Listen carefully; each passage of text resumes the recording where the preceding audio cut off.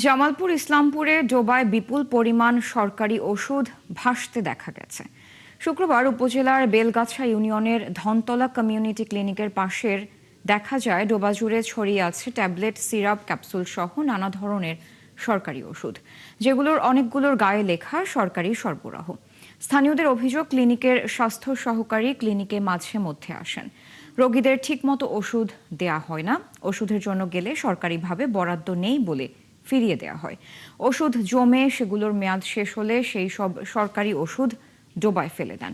বিষয়টি নিয়ে তদন্ত কমিটি গঠনের কথা জানান ইসলামপুর উপজেলা স্বাস্থ্য ও পরিবার পরিকল্পনা কর্মকর্তা doctor A M Abu Taher.